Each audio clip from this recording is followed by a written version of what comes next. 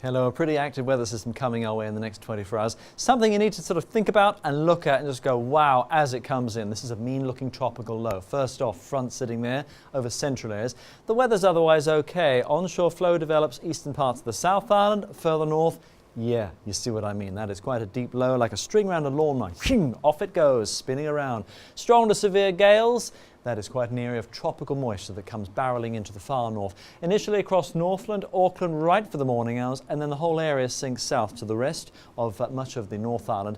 And look at those colours. That tells you, doesn't it? Those are some of the higher seas. The swell from that feature there off the west coast, you could be getting up easily to 5, 6, maybe even higher than that, around that low, as it really just like a fist in a bathtub, boom, all the waves emanating. Down to the far south, you don't really feel the effects of it first thing tomorrow. I think otherwise the easterly will strengthen about 16 through Bluff.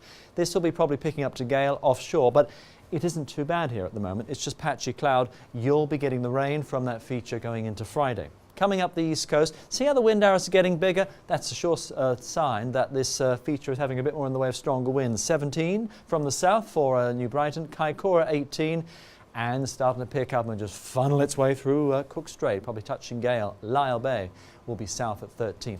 This will actually be shifting round to more of the east-northeast as the main tropical low comes into the picture. See these stronger winds here? That is an offshore wind. You'll probably be getting some notable swell there already in Raglan, New Borders. East at 21, Fitzroy will be 21 as well, with some of that swell coming into the west coast. East coast isn't too bad. It will be strengthening through the later parts of the day. Already about 16. As we come further north, you'll see what I mean. Look at that 25.